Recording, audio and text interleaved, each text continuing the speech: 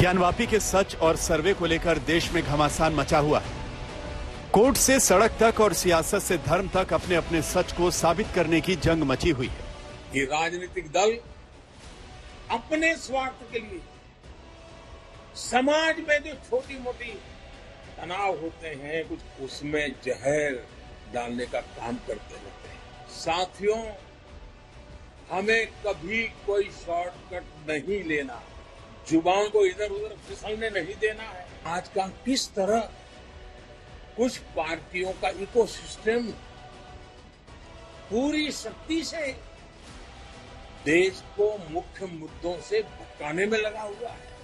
और इसी बीच बीजेपी कार्यकारिणी की बैठक में पीएम मोदी के संबोधन को कहीं न कहीं इन तमाम मुद्दों से जोड़कर देखा जाने लगा है। बीजेपी पदाधिकारियों की बैठक में प्रधानमंत्री मोदी ने विकास का संदेश दिया, देश में नफरत वाली सियासत के खिलाफ लड़ाई का संकेत दिया, परिवारवाद वाली सियासत पर फिर तीखा प्रहार किया और इसी बहाने विरोधियों पर एक एक कर करारा वार किया।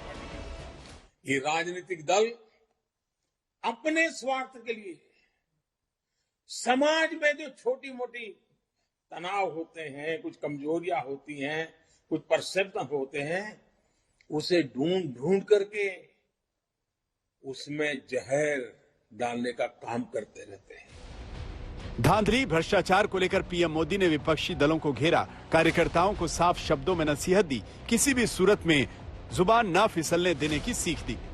हमें कभी कोई शॉर्टकट नहीं लेना है। हमें देश हित से जुड़े जो भी बुनियादी विषय हैं, जो कोर इश्यूज हैं, उन्हीं पर आगे बढ़ना है। कदम को दाएं बाएं जाने नहीं देना है, जुबान को इधर उधर फिसलने नहीं देना है। जयपुर में बीजेपी की बैठक में पीएम मोदी के इस बयान के 24 घंटे भी नहीं बीते कि राहुल गांधी ने 7 समंदर पार बीजेपी पर नया प्रहार किया, देश में ध्रुवीकरण के लिए बीजेपी को जिम्मेदार ठहराया। लंदन की कैम्ब्रिज यूनिवर्सिटी के सेमिनार में सत्ताधारी पार्टी पर बड़ा आरोप लगा दिया। India is not in a good place. The BJP has spread kerosene all over the country. You need one spark and we'll be in big trouble. बयान सामने आते ही बीजेपी ने राहुल गांधी के खिलाफ मोर्चा खोला, मोदी विरोध के नाम पर देश के अपमान पर हल्ला बोला। कभी जो है वो देश के लोगों को कहने लग, देश में और विदेश में बताने लगेंगे कि देश का अल्पसंख्यक असुरक्षित है। तो ये जो मोदी बैशिंग की इनकी सनक थी, आज भारत बैशिंग की साजिश का रूप ले चुकी है।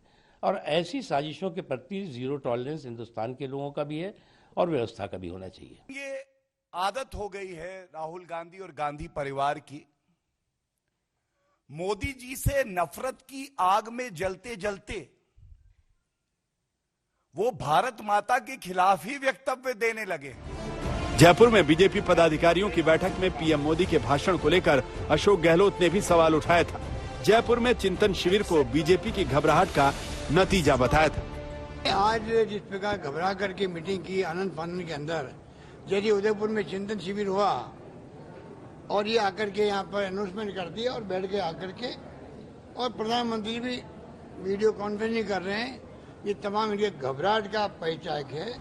पीएम मोदी ने अपने बयान से विरोधियों पर प्रहार किया तो राहुल ने अपने बयान से विवाद को बढ़ा दिया है। इस बयान को लेकर दोनों पक्ष आमने सामने आ गए। ज्ञानवापी पर कानूनी लड़ाई के बीच राहुल के बयान को तनाव बढ़ाने का तरीका बता रहे हैं। आज तक ब्यूरो।